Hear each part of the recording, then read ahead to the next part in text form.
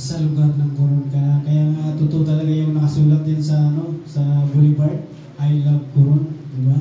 Kung mapapansin niyo kapag namamasyal kayo ng Boulevard, may nakalagay doon na I love Coron. Kaya sa akin talagang the best yung Coron. Kaya purihin ang Panginoon at dito simula nung nagpatuloy ako sa Panginoon, napakatagal din po akong huminto.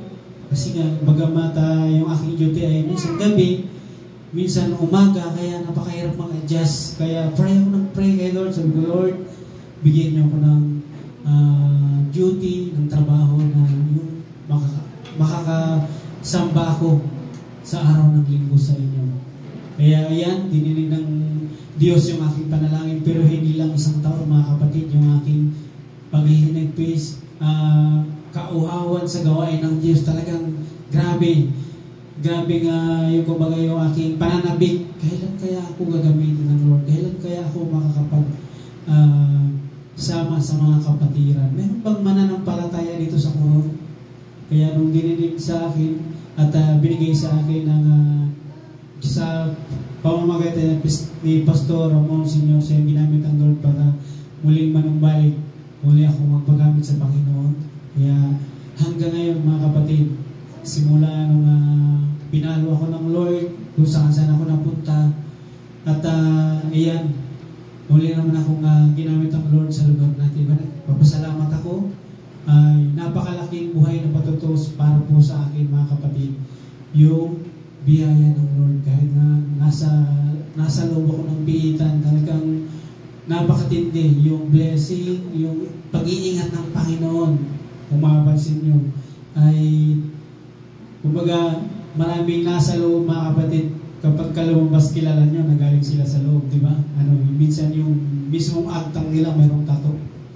Pero ako kapatid, kahit idaan nyo sa scribe, sa tawag yan, Xerox machine, ang tawag yan, X-ray, wala kayong makikitang tato. Ganun katapang. Ganun katindi yung Panginoon natin mga kapatid. Siguro, pag hindi lang loobin, kung halimbawa, maraming mga mananampalataya rin na nasa loob, pero talagang mayroon silang mga tatak ng agila, tatak ng mga galing talaga sa loob. May mga tawag yan, komando, nakasulat talaga, malalaki, Kaya pero sa akin mga kapatid, sa biyaya, sa habag ng Panginoon, walang tato, kahit kundit, wala talaga. Kaya nagpapasalamat ako, talagang ganun pala ang Diyos. Kapag ikaw ay lingkod niya, iingatan ka niya kahit saan ka naroon. Diba? Kaya huwag tayong malumbay. Diba? Mayroong mga awitin na, problema lang yan. Diba? Problema lang yan. Diba?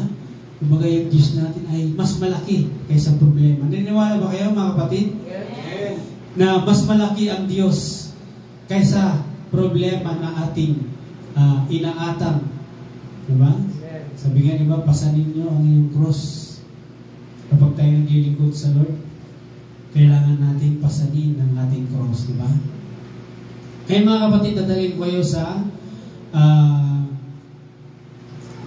isang pananampalataya na siguradong yung tayo ba ay hindi nakakasiguro sa ating kaligtasan. Ano ba yan? Merong mga katuruan na kapag dumating daw yung araw na nandoon na tayo, ano yung mairarason mo kung bakit ka tatanggapin sa langit? Sigurado ba? O isang tanong lang sa ating sarili. Sigurado na ba, kapatid? Kung ba yung iba parang nakangiti? Sigurado na ba? Pastor, pagka sinabi nakangiti, sigurado. Ayaw nakasimangot. Ano kaya ang ating naiisip? Hindi natin inasahan mga kapatid, pero doon talaga tayo. Kumaga, yun talaga yung ating mangyayari sa buhay natin ito. Mayroong mga bata, may mga sanggol, di ba? At mayroong iba umaabot ng 50, 100, kinukuha na ng Diyos sa kanilang buhay. Pero sa atin po, yung mga di sigurado, ito po yung paalala ng Diyos. Number 1, dapat maging totoo sa Diyos.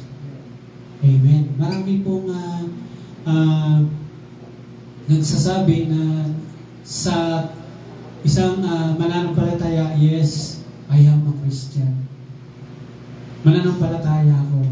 But pagdating sa labas, alam niyo mga kapatid, yung totoong pakikipagdigma, pakikipaglaban, paano natin may ipapakita na tayo mananampalataya? Hindi po sa loob ng simbahan. Amen? Saan kaya? Ito ay makikita natin sa labas. Kung paano natin ipamuhay yung pagiging totoong Kristiyano. Ayan, kung lahat tayo may kanya-kanyang trabaho. Lahat tayo ay may kanya-kanyang pinangangalagaang hanap buhay. Paano natin ipapakita na tayo ay mananampalataya? Sa inyong brother, ilan ba yung mananampalataya doon? Halimbawa, isa ka lang. So, sa isang batalyon, isa ka lang mananampalataya. Parang ang hirap na, di ba? Ayaw ma-Christian. Parang, minsan nabipil nyo ba yung mayroong mga mananampalataya na kapag nasa restaurant, before kumain sila, manalangin. Meron ba kayo nakikita? Pero yung iba, hindi alata nananalangin, di ba? May mga ibang mananampalataya na yung kumbaga nahihiya sila manalangin. Amen? So, doon makikita natin dapat kailangan nating maging totoo. Sabihin mo sa katabi mo, Kristiyano. Hello, yung mga Kristiyano. At kapag mananampalataya tayo, dapat ay yung mga gawaing mundo, tulad yan, natapos na yung ating, ano yung tawag yan? Ginuman ba tawag yan? Tapos na. Baka mamaya meron tayo nakitang mga kapatiran natin. Nag-ikot-ikot ba kayo doon? So yung mga ibang mananampalataya, mga kapatid, meron silang tinatalaga na gwardiya na nag-iikot-ikot doon. Baka meron silang mga kabataan na nandun, umatin. So kapatid, maging totoo sa Diyos. Hindi lamang sa salita. Ay, mga Christian. Pero kapag mayroong mga happenings, may mga party-party, yung mga ibang kulay na ilaw, nawala na. Yung pagiging mananampalataya, nandoon na. No? Nagsasayawan na. Magsasaya na ang lahat. Amen? So, dapat kailangan natin maging totoo. Kapag Kristiyano, Kristiyano ka. Amen? So, paano natin makikilala ang isang tunay na mananampalataya? Dapat hindi sapat ang paniniwala lang. Kailangan tunay ang pananampalataya mo sa Diyos. Amen? Anong sabi sa Gawa? Gawa 16:31 pa ibasa. So, kailangan Gawa 16:31. Anong sabi dyan? Praise the Lord. Sa Gawa 16 verse 31. At kanilang sinabi, manampalataya ka sa Panginoong Hesus at maliligtas ka, ikaw at ang iyong sambahayan. So, ikaw at ang iyong, kumbaga, ang iyong nasasakupan, no? Sa isang mananampalataya, mga kapatid, hindi lang ikaw ang maliligtas. Pati ang iyong sambahayan. Naalala si Jonas? Amen? Nung siya lang ang nag-iisang mananampalataya, no? Kristiyano. Pero dahil sa kanya, naligtas yung kanyang mga kasamahan. Dahil sa kanya. Kapag ginawa natin yung kalooban ng Diyos, mga kapatid, no? Kapag tayo ay ipinakita natin na tayo mananampalataya, nagbahagi tayo ng salita, ng pangako ng Diyos, ng kaligtasan ng Diyos, ng kaligtasan para sa lahat. hindi lang ikaw ang maliligtas. Pati ang iyong sambahayan. Napakarami po. Kaya ganyan po ka makapangyarihan ang salita ng Diyos. Diba? Kapag tayo ay nanampalataya, pinanghawakan natin, asahan mo mga kapatid, kapag ang iyong puso ay dalisay, malinis ang iyong hangarin, matutupad ang iyong mga nais sa iyong buhay. Ano ba yung nais mo sa iyong buhay? Tanungin mo ang iyong kautapi. Tanungin mo ang iyong sarili. Ano bang nais mo? Yung ating mga kadalagahan dyan, mga binata. May mga binata ko. Meron pa. Ano yung nais mo? No? Kapag ka binata, dalaga, alam mo yung nais niya, di ba? Magandang asawa, gwapong asawa. At higit sa lahat, mananampalataya. Amen? So kaya mga kabataan, kapag ka tayo'y mananampalataya, piliin natin dapat yung mananampalataya rin. Huwag tayo pumili ng kabilan. No? Huwag tayo pumili ng, sabi nga ng aming pastor na dati, kambing. Huwag tayo pumili ng kambing. Dapat tupa. Ligunin mo na yung katabi mo kung kambing ba yan o tupa. Amen, mga tupa. No? So, mabait. Mga tupa tayo lahat. Ano? Salamat sa Panginoon. Talagang makikita natin na ang bunga, no? Pagiging totoo sa Diyos. Pangalawa, dapat may bunga ng pagbabago. Ayan. Meron bang pagbabago? Isipin natin sa ating sarili. Simula nung nakilala mo si Kristo, may pagbabago ba? Ayun, mayroon. Anong pagbabago? Yung iba kasi dati ay mahilig magsuot ng sexy shirt mo daw yan. Sexy shirt. Mga pananamit. So, galing tayo sa dati nating pamumuhay. At hindi naman natin alam, no? So, hello. Baka mayroon pa dyan, ha? So, dahan-dahanin na natin mga kapatid, yung mga sexy shirt, no? Kailangan ay magsuot tayo ng talagang mananampalataya. Amen? Kahit ba sa bahay? Pastor? Oo, sabi ni Pastor. Kailangan kahit sa bahay. Kasi sa bahay naman, hindi lang naman tayo tao, di ba? Minsan may mga unexpected na visitors, di ba? Minsan barangay pa mismo. Di ba? So, kailangan nating, maging totoo sa Diyos. Di ba? Hindi na sa, natin, asawa, kailangan sa Diyos tayo. Kapag totoo tayo sa Diyos, totoo tayo sa ating pastor, totoo tayo sa ating kapwa. Amen? Hindi lang sa salita. Amen? Totoo tayo. Kapag sa Diyos tayo totoo, talagang lahat ng ating nasa loobin ay magbabago. Matthew 7:20, pakibasa. Dapat daw ay may bunga ng pagbabago. 7:20.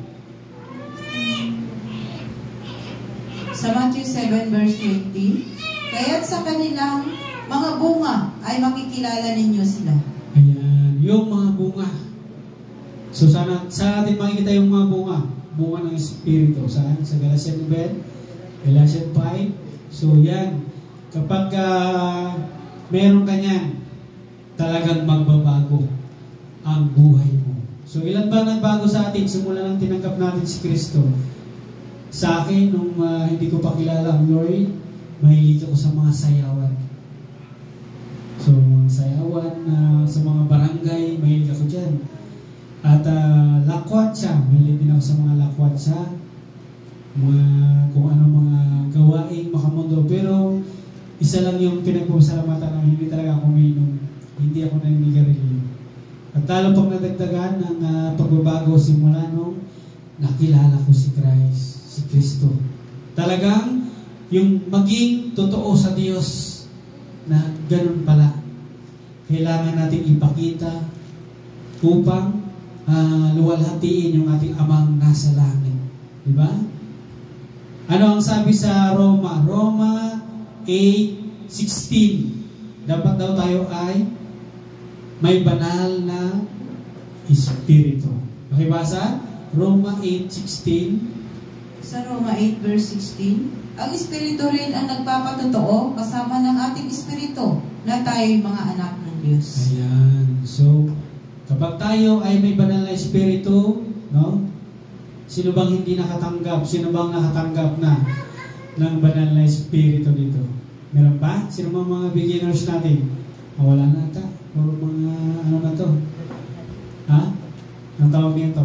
Old Testament? Ano to? Mga ilang kumbaga matagal na sa pananampalataya. So, alam na natin yung mga bagay na ito. Amen? So, kailangan lang natin ay cultivate natin. Kung tayo po ay mayroon ng banal na Espiritu, ay lagi natin siyang i-cultivate. Lagi natin siyang, kumbaga, i-train natin na nariyan palagi. No? Paano ba natin ma-cultivate? Paano natin mapagningas yung banal na Espiritu sa ating sarili? Ha? During worship, di ba? Minsan kumakanta ka, hindi na nabubuo yung lyrics, nagiging tawag yan, stammering lips. Amen? Sino ba yung gano'n? Minsan kanta ka ng kanta, minsan sa bahay mo, kumakanta ka ng kumakanta, at mamaya-maya ay nabubuo na yung pagiging, nag-ano na yung labi. Hindi mo na mabuo yung mga letra, yung mga, mga lyrics ng kanta. Bagos yung pagkanta mo ay nagiging, panalangin, no? Umiiyak ka na sa Panginoon. Yan. So, ganyan. Yan yung pagkukultivate natin, no? Paghahasa natin, pagpapalingas ng banal na Espiritu sa ating sarili. Amen. Meron pa ba tayo niyan? Parang wala na ata. Pastor, meron pa? Nakakaramdam pa kayo? Nandyan pa yung banal na Espiritu sa inyo? Amen. So, salamat sa Panginoon. Ano pa? Sabi nila daw, dapat ay yung mga hindi sumusunod. Paano yan? Pagka ang anak ng Diyos ay hindi sumusunod sa Kanya, ano kaya mangyayari? Ay, minsan may mga tao na kapag tayo ay nagbabahagi ng salita ng Panginoon, alam mo kung anong sabi niya? Ay, alam ko na yan. Ay, kilala ko na yan, si Jesus. Kilala ko na yan. Matagal ko nang naririnig yan. Ba't sa nguso lang? Hindi sa, puso. Dapat, may tiyak. Ha? Kapag hindi natin, hindi sumusunod ang isang tao, ang isang mananampalataya, mayroon siyang tiyak na parusa. Amen? Dito sa atin, sa Quran lang, ano ba yung dito sa Quran? Bata sa Quran. May alaga ang aso. Tapos dapat kailangan yung aso na alaga mo ay nakatali. So dahil yan, kapag yan ay nakadisgrasya, mga kapatid, pwede kang ireklamo. Naalala ko ngayon sa akin, mayroon akong alagang aso. Hindi naman matapang, pero nangahabol siya ng motor, mga kapatid. Ewan ko nung minsan may nangyari sa akin yung bata, papasok na siya, hinamol niya, ay nakabisikleta lang. Imbis na yung rompo niya ay sa papuntang Peseri, lumipot siya ng kabilang line. So, kung may van na dumating, talagang patay. Kinamamagahan, mga kapatid, alam nyo, minarinig ko. Itali mo yan, kuya, yung aso mo.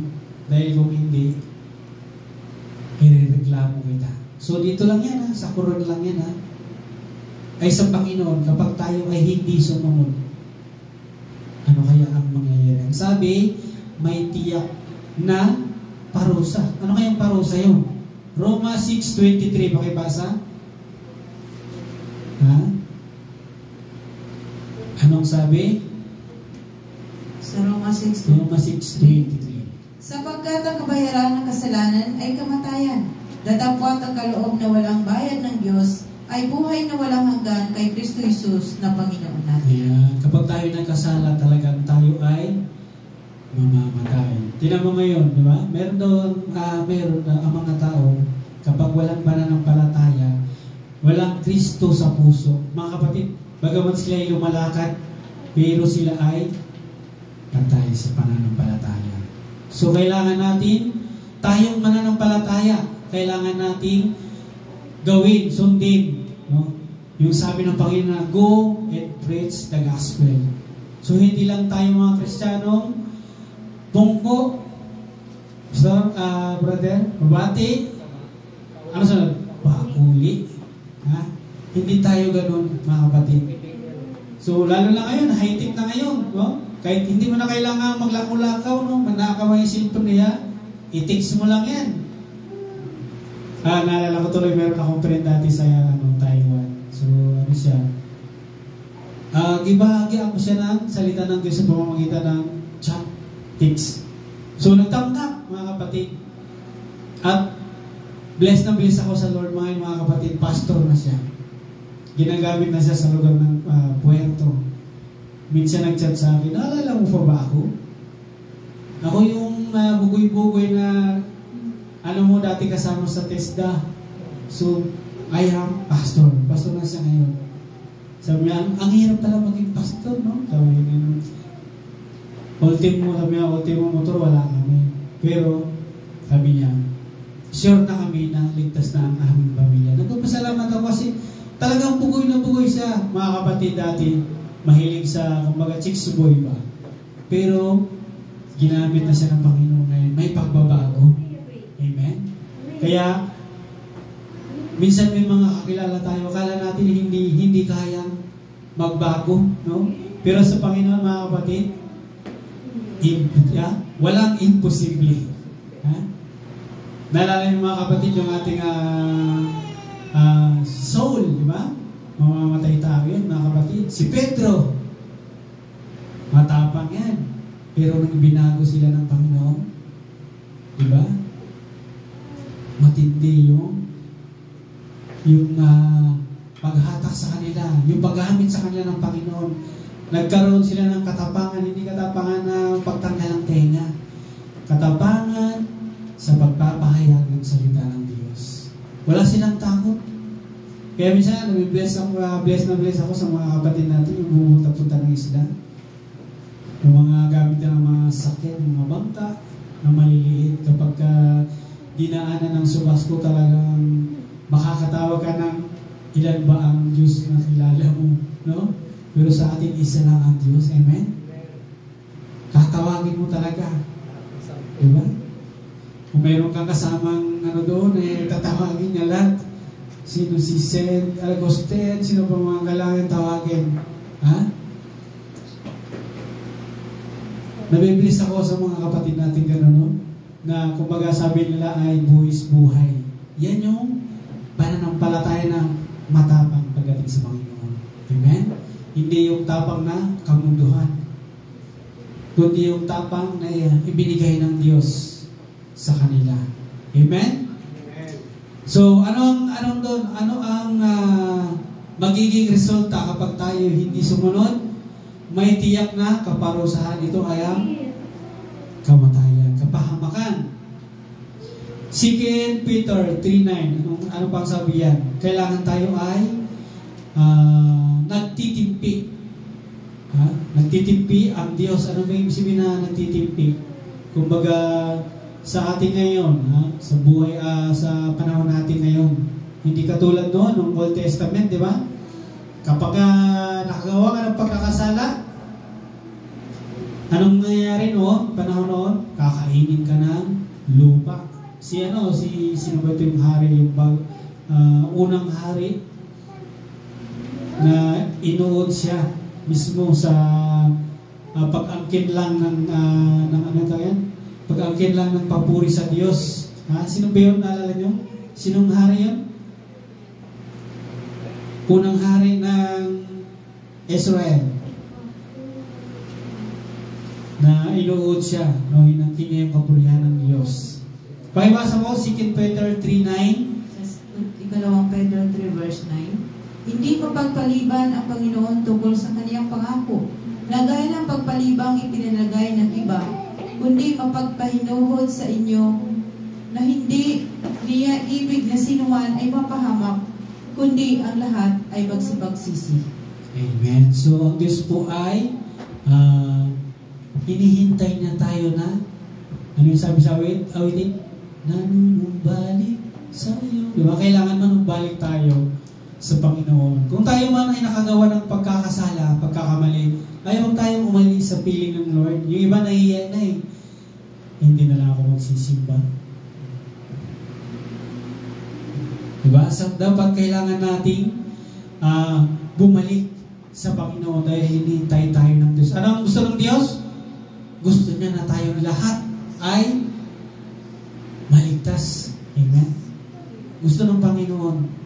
Kaya nga, ang Diyos ay sabi, nagtitimpi ang Diyos. Hindi siya parehas nung dati. Nung panahon ng Old Testament. Ngayon po, napakahaba yung grasya. No? Yung pag-ibig ng Panginoon, napakahaba. Hinihintay ka ng Lord kung kailan ka susunod sa Panginoon. Kung kailan mo gagawin yung pinapagawa sa iyo ng Panginoon. Anong sunod? Yung mga hindi sumusunod, John 14:23.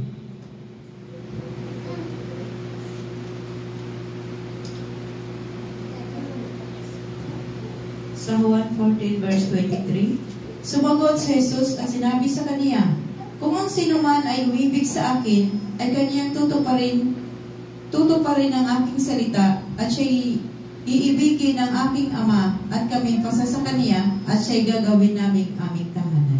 Amen. Purihin ng Panginoon. So grabe, di ba? Napaka-igaya yung promise ng Lord. Di ba? Sasamahan ka ng Lord, lahat ng care, pagpapahalaga ng Diyos ay ating mararanasan. Di ba?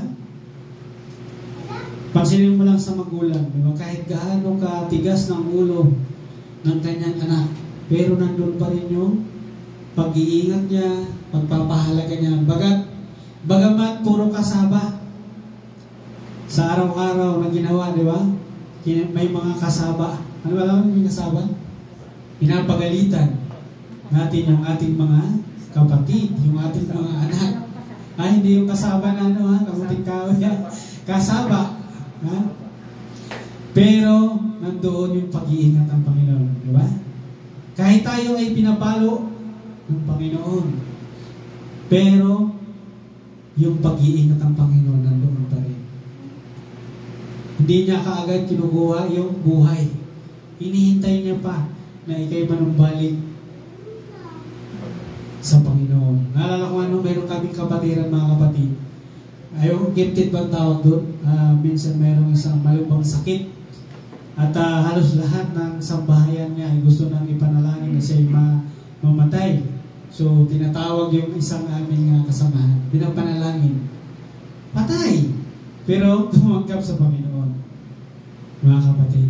So, huwag na natin hintayin na ganun yung mangyari sa atin bago tayo manumbalik sa Diyos. Ngayon pa lang. Sundin na natin yung nais ng Diyos sa ating buhay. Ano ba yung gusto ng Panginoon na gawin natin? Number 1, papurihan natin siya. Amen? Yung totoo, kapatid, hindi yung glory to me, totoong worship. Minsan yung ibang mga kanta dyan, akala mo nagpupuri, di ba? Sana. But, kailangan nating, ang pinupuri natin ay Diyos. Hindi sarili. Kumbaga yung ginagawa natin itong lahat, ito ay para sa Panginoon. Glory to God. Hindi glory to me. Amen? So lahat ng ating ginagawa para sa Panginoon. John 4:23 hanggang 24 pakibasa. Ang totoong worship. Makikita natin.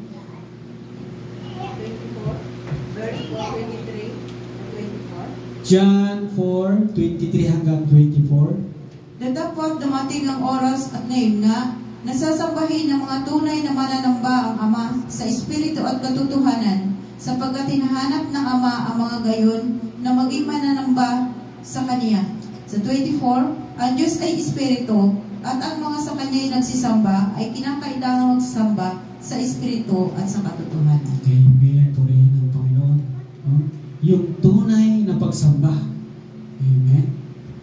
So, kanina narinig natin, di ba? Merong hindi ako marunong umawit, pero dahil sa Panginoon, aawit ako. Amen? Maraming mga awit, mga kapatid, at magagaling, pero bakit ikaw ang pinili ng Diyos? Dahil lang nakikita ng Diyos, ang iyong puso ay mayroong tunay na pagsamba. Amen? Bagamat mayroon tayong mga batik, minsan, di ba? No man is perfect, di ba? But, sumusunod tayo sa Panginoon. Ang paglilingkod natin sa Diyos, kapatid, ay hindi pagalingan, kundi pasunuran. Kung sino yung sumusunod sa Kanya. Diba? So mapapansin natin, mga kapatid, ay marami tayong mga kapatiran na kumbaga busy, diba? Ika nga, sa madaling salita. Pero, merong mga tinalaga ang Diyos para ipagpatuloy yung tunay na mayroong pagsunod sa Panginoon. Hebrews 12:23, Hebrews 12:28, pakibasa.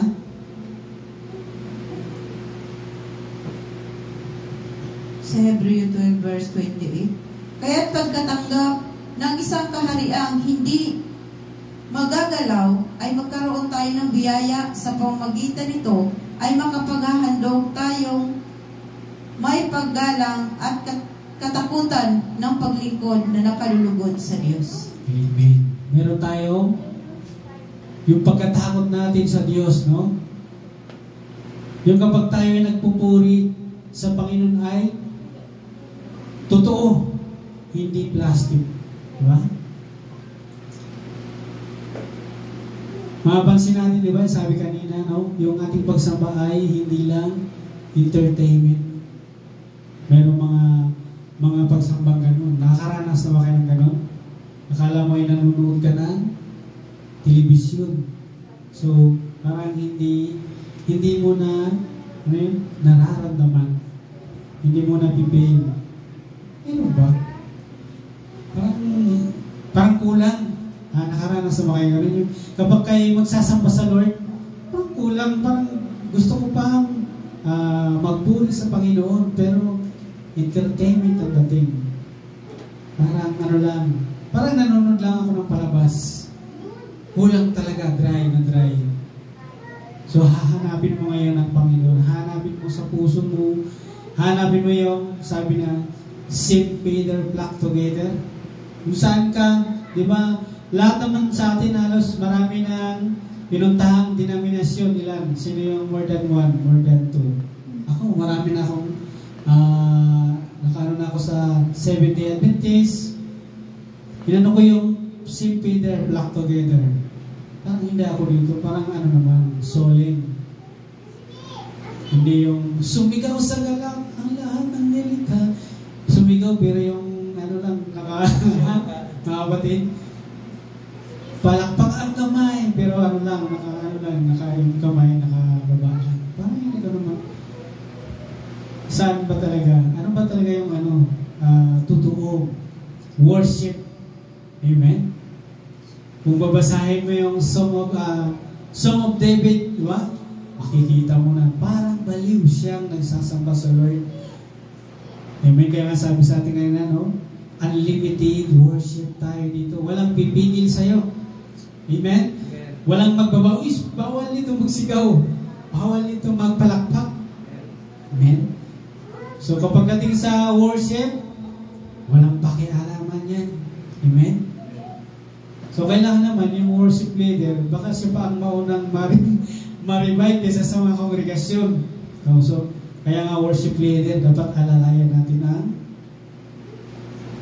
mga kapatiran. nag-groaning ka na, pero yung mga kasama, nakatingin sa'yo. So, alalayan natin ang mga beginners, mga worship. Kaya nga, worship leader. Amen? So, kailangan totoong worship. Ha? Amen? Awit 51:17, pakibasa.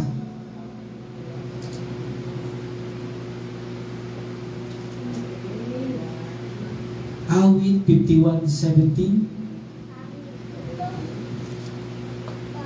Ang mga hain sa Diyos ay bagbag na loob, isang bagbag at may pagsisiksing puso. O Diyos, ay hindi mo wawaling kabuluhan. Amen. Ano may sabihin ng bagbag na puso? Ha? Ano? Malalim yung ano ni King David, ano? Bagbag na puso. So, kailangan natin, kumbaga, bow down. Ha? Mapagpakumbaba ang puso. Hindi yung, di ba, naalala niyo yung mayroong isang nag-alay sa Panginoon, yung isa, yung kakainin na lamang niya, kusing na pera, pero binigay niya pa sa.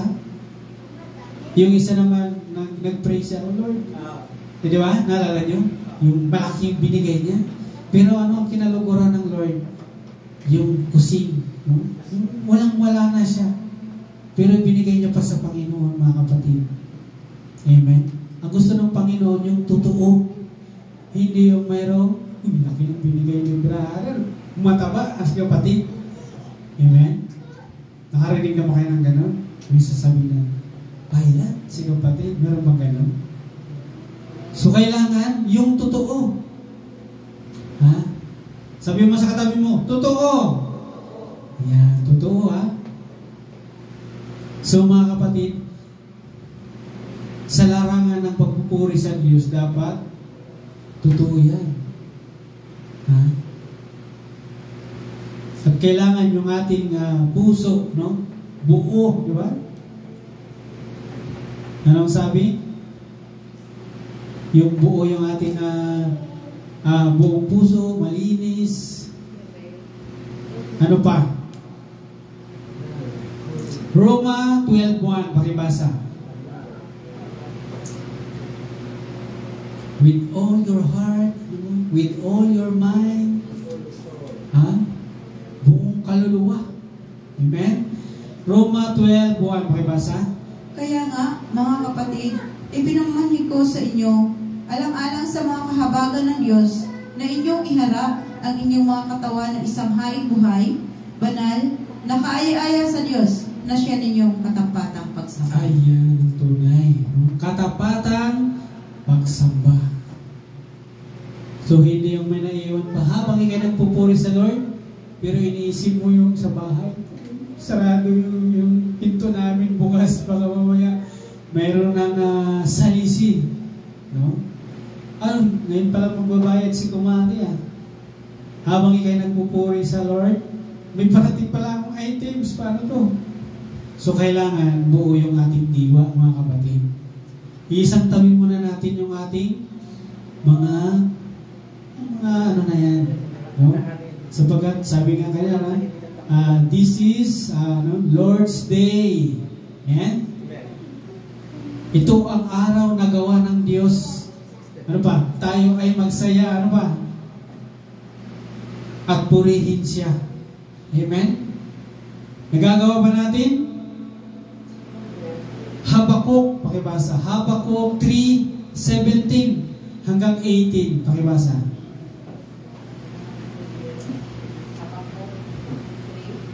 3:17 hanggang 18. Sa Habakuk 3:17 hanggang 18. Sapagkat bagamat ang puno ng igos ay hindi namumulaklak, di magkakaroon man ng bunga sa mga puno ng ubas, ang bunga ng olibo ay maglilikat at ang mga bukid ay hindi magbibigay ng pagkain. Ang kawan ay mahihiwalay sa kulungan at hindi na magkakaroon ng bakahan sa mga silungan. Sa 18, gayumay magagalak ako sa Panginoon, ako'y magagalak sa Diyos ng aking kaligtasan. Amen. So, yung mga bagay na yan, mawala man ang lahat. Amen? Pero yung kaligtasan, dapat natin ikagala. Amen? So ano bang malaga? Yung ating sarili o yung ating damit? Ano ang malaga para sa atin? Yung kaligtasan o yung mga bagay-bagay na nawala sa atin, di ba? Mas mahalaga yung kaligtasan, mga kapatid. Amen? Kaya, kung maalala niyo si Job, hindi man lang siya, di ba? Nagkaroon ng pagrereklamo, bagamat nawala yung kanyang buong, kayamanan, asawa, iniwan mo siya ng asawa niya, ng kanyang mga anak, no? Bagkus, pinuri pa niya ang Panginoon. Dapat ganun tayo. Amen? Kaya nga sabi, pagsubok lang yan eh. Kaya natin lampasan. Kaya ba?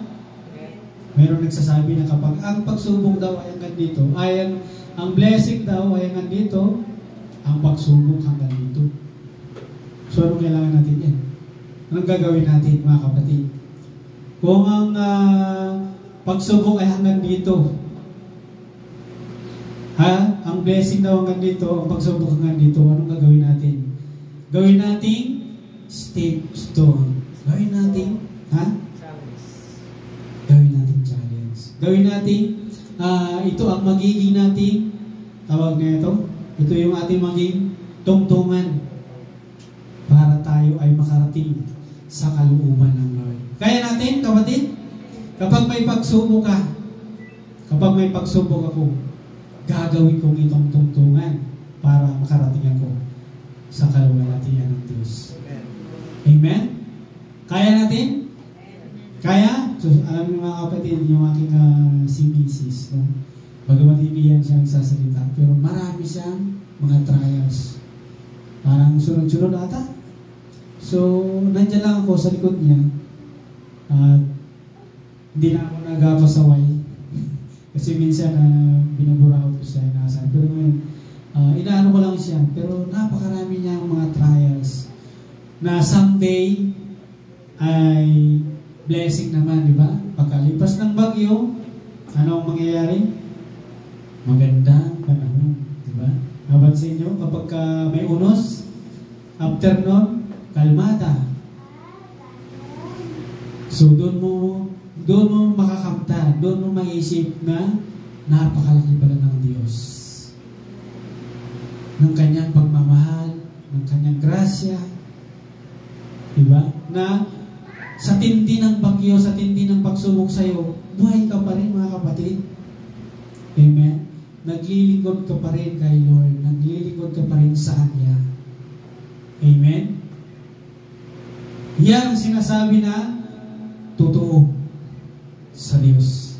Kapag totoo ka, mga kapatid, ano man yung dumating, problema may dumating, magtitiwala sa iyo. Mga pangako mo'y hindi nagbabago. Amen? Kaya nga sabi ng awitin, problema lang yan. Kaya nating lampasan. Kaya may mga mananampalataya na nangangailangan, no, ng panalangin. So, yung mga kapatid natin na wala rito, ipanalangin natin na sa sunod na Sunday, makasama natin sila. Ang Sunday, sila naman yung nandito. Amen? Salmo. Ano ba yung Salmo? Salmo, awit. Salmo 115 verse 1. 115 verse 1. Huwag sa amin, O Panginoon, huwag sa amin, kundi sa inyong pangalan ay magbigay kang karangalan dahil sa inyong kagandahang loob at dahil sa inyong katotohanan. Yan ang sinasabi, glory to God, hindi glory to me. No? Kaya madalas nating mapapansin kapag mayroong mga pagpupuri, yung ibang mga, lalo na sa mga kabataan, bilib na bilib sila sa mga worship team. Galing naman ni brother, talagang ngaw-ngawan lang. So, dapat ipakita natin dito yung sa Diyos ang papuri. No? Mga kapwa mananampalataya, kawawa naman yung mga worship team natin kapag sila yung iyong hinahangaan, hindi na yung Diyos. Amen? Dapat sa Diyos ang papuri. Huwag nating hangaan yung ating mga dahil kawawa din, no? Kumbaga masisilo sila sa bitag ng kaaway. Uy, galing ko pala, di ba? So kailangan dapat sa Panginoon, napakabuti talaga ng Panginoon. So huwag nating i-practice yung mga ganyang dapat yung pagpupuri ay totoo. Glory to God, not glory to me. Diba? More of you, less of me. Ano pa? Matthew 7:20. Ayan. Totoong pagpupuri. Matthew 7:20. Kaya sa kanilang mga bunga ay makikilala ninyo sila. Ayan. Yan yung sinasabi kanina, no? Ano ba yung bunga? Ha? Yung pagdating ng unos, pagdating ng pagsubok, nananatili pa rin. Meron silang bunga ng Espiritu. Diba? May pagtitiis, pagtsatsaga, pagtitimpi. Amen? Kaya sabi ko, minsan narinig ko sa aming si Kuya Ariel. Meron pa? Di ba ako nagagalit? So sabi ko, meron kang meron kang Diyos sa puso mo kasi hindi ka nagagalit. Kahit anong asang-asang sa'yo, hindi ka nagagalit. Diba? Kahit sa maliit pa lang, no, na bata, mapapansin natin na mayroon sila, may mga bunga ng Espiritu, diba? So, kaya nga diba, sabi ng Panginoon, yung ating paglilingkod sa Diyos ay nantulad sa mga bata. Diba, yung naalala nyo, yung mayroong nag-preach si Jesus, tapos mayroong bata na makukulit doon, diba? Sinaway ng mga apostol, anong sabi ng Lord? Diba, huwag yung sawayin. Ang kaharian ng Diyos ay tulad ng mga bata. Amen? Ano bang ng mga bata? Kahit anong pagalit mo, mga kapatid, hindi yan tatampo. Ba? Kahit anong saway mo, walang nagano yan. Hindi sila nagtatanim ng sama ng loob. Hindi sila nagtatampo sa doon. Hindi sila nagsusumbat. Ganun po. No? Dapat kailangan natin yung ating pagtitiwala sa Panginoon. Diba? Dahil kung tayo po ay yung ating kaluluwa, no, ay malason, kumbaga ang ating sarili, diba? Ano ba ng tao? Body, spirit, soul, no? Ano ba yung identity? Ano ba yung katangian? Halimbawa, pag kinorot ka, sino bang nakakaramdam? Spirit o soul? Pagka namatay ba, patay na rin yung soul at saka spirit? Body, patay. Amen? So, yung spirit, babalik sa Panginoon. Yung soul, anong ginawa ng soul?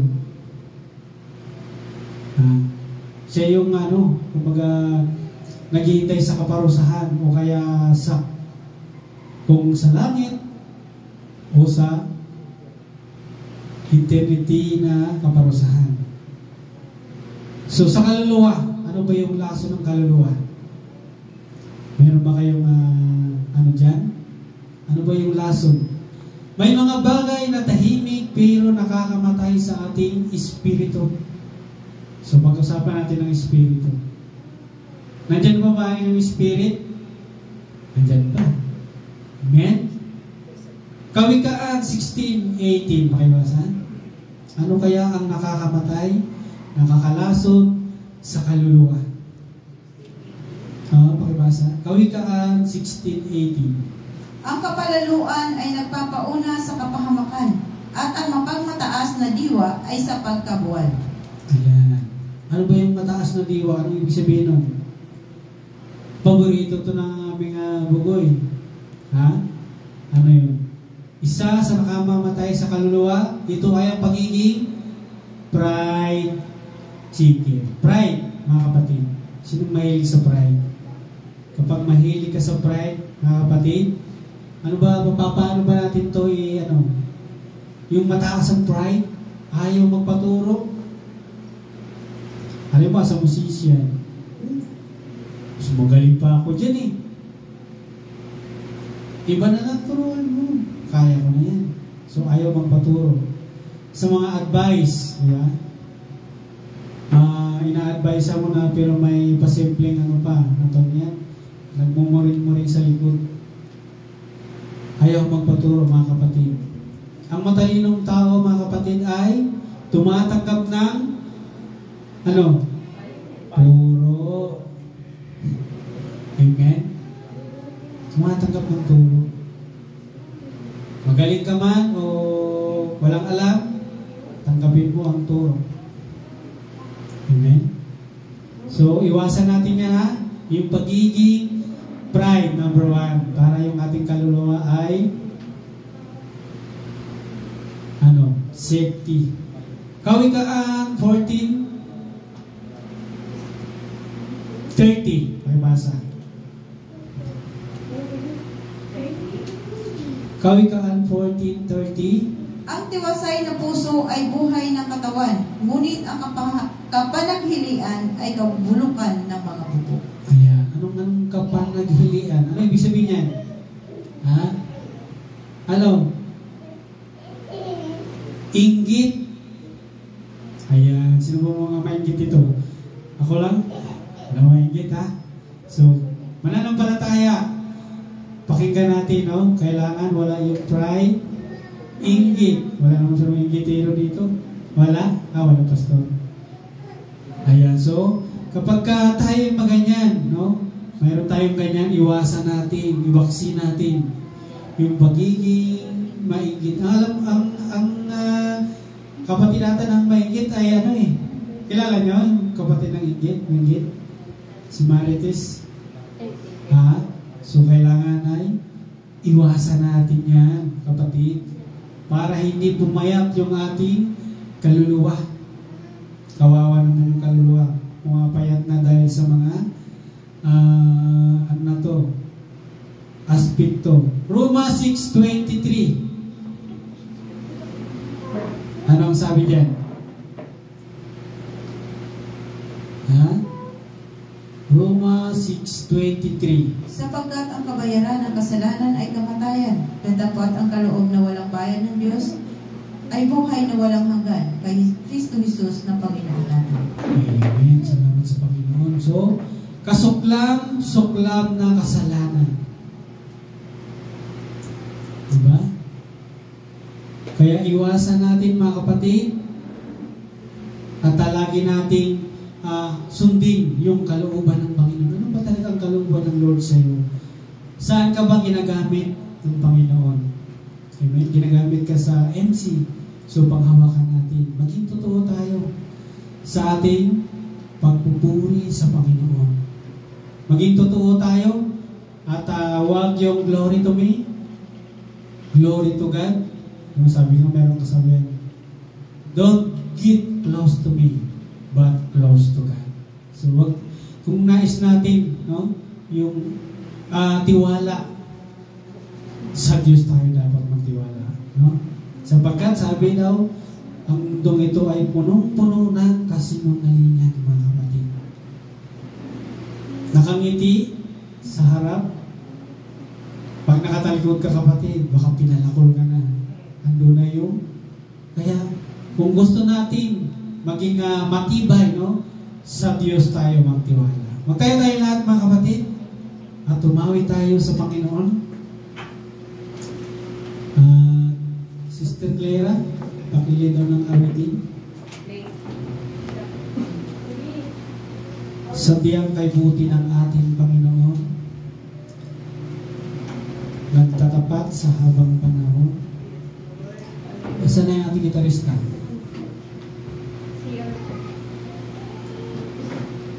Dakilang katapatan.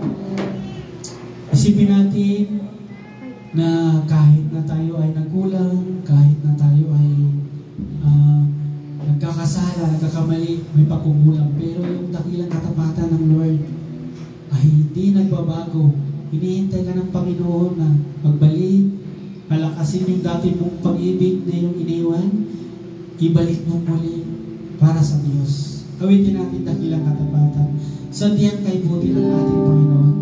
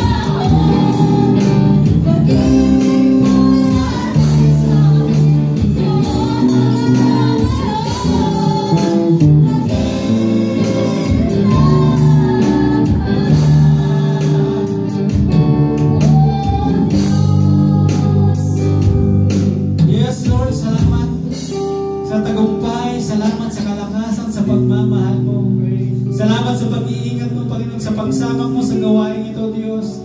Salamat sa iyong biyaya, Panginoon. Dalangin namin, Panginoon, yung mga kapatid namin na wala rito, hindi namin nakadaupang palad iyong dalig sa sunod na linggo upang kami sama-sama na iyong purihin, sambahin, pasalamatan. Maraming salamat. Maging sa iyong salita na napakinggan, Panginoon. Ito'y tuwiin mo sa aming puso, magamit namin sa aming pamumuhay bilang isang mananampalataya. Ipakita, Panginoon, ang iyong kabutihan, Panginoon, ang pag-iluwalhatiin ng iyong mga anak. Salamat. Salamat po. In the name of Jesus, Amen. Amen. Hallelujah. Palakpakan natin ang Diyos. Yes, Lord. Hallelujah. Binabalik ko na sa ating MC.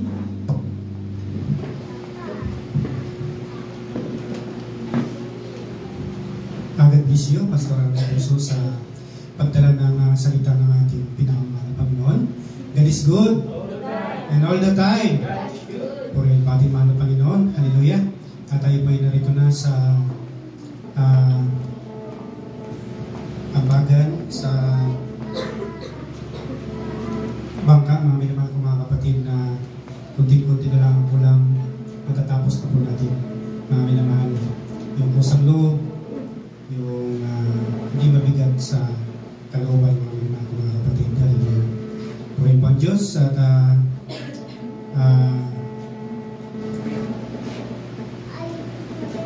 ibinibig ko po ang awit sa mga kaloob sa ating Sister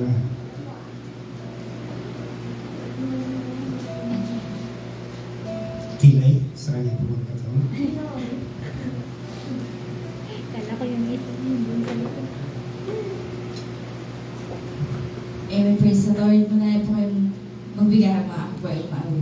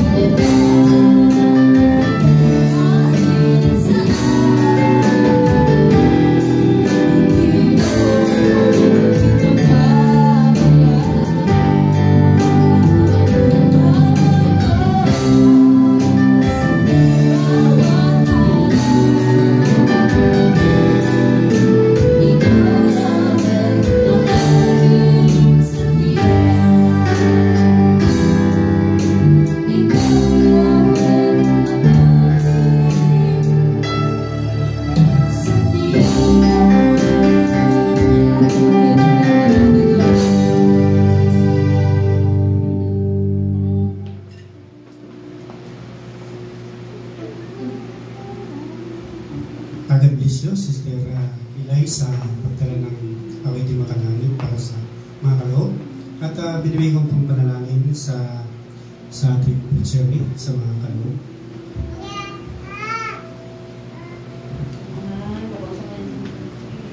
Praise the Lord, hallelujah. Sa muli, Panginoon, kami po papasalamat sa iyong biyayang pinagay sa pagpapala, Panginoon.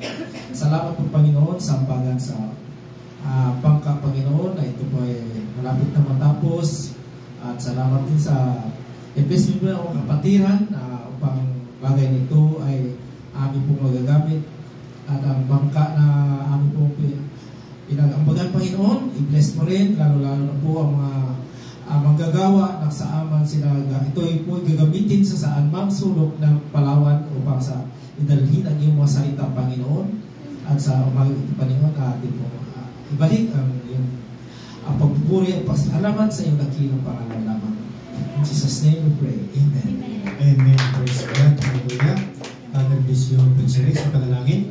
At tayo po ay narito na sa palala, mga minamahal. Sa sunod na linggo, ang ating sa millionaire. Sinong sunod?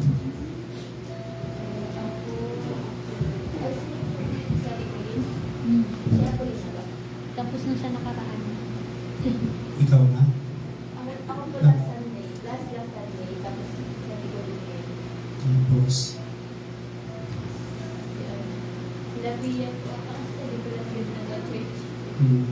ikaw na lang, sister, sa Sintulino. Tapos ang ating mensahe, ating brother PC. Apat ito. Ang ating mensahe, ating brother PC, magdito na po siya. Kung wala naman, ating Prince Henry. Praise God, hallelujah. May paalala pa? Wala na. Kung wala na po, mga minamahal, ay tayo po narito na sa pansamantalang pagtatapos. Binigyan po ang isang awit at closing prayer sa ating Brother Mark sa kanyang pagkatawag.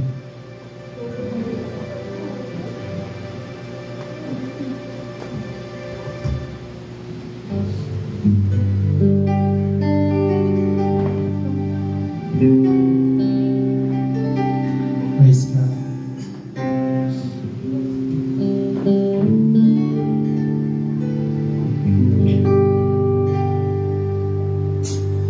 Pupurihin ka, O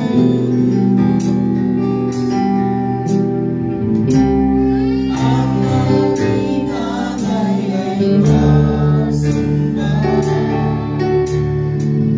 Kaluwalhatian o karangalan, Panginoon mo'y walang katulad. Pupurihin ka,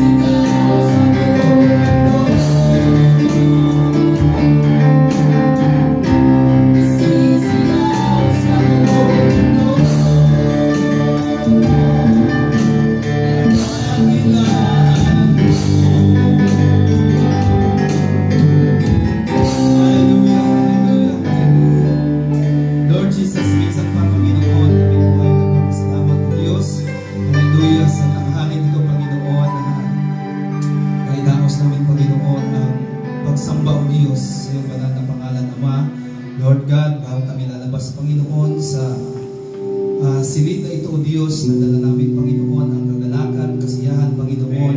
Hallelujah. Wisdom and knowledge, Panginoon, na nagmumula sa iyong mga salita, O Diyos, namin napakinggan, Panginoon, mula, O Diyos, iyong lingkod na ginamit, Panginoon, ngayong araw na ito, O Diyos. Hallelujah. Ikaw po ang aming pinasalamatan, O Diyos. Hallelujah. I-bless mo ang bawat isa, Panginoon, maging, O Diyos, bata hanggang sa matanda, Panginoon. Lord God, hallelujah. Ikaw po ang aming itinataas. Sa iyo po namin lahat. Binabalik, Panginoon, lahat ng papuri, pasasalamat, Panginoon, sa pangalan ni Jesus.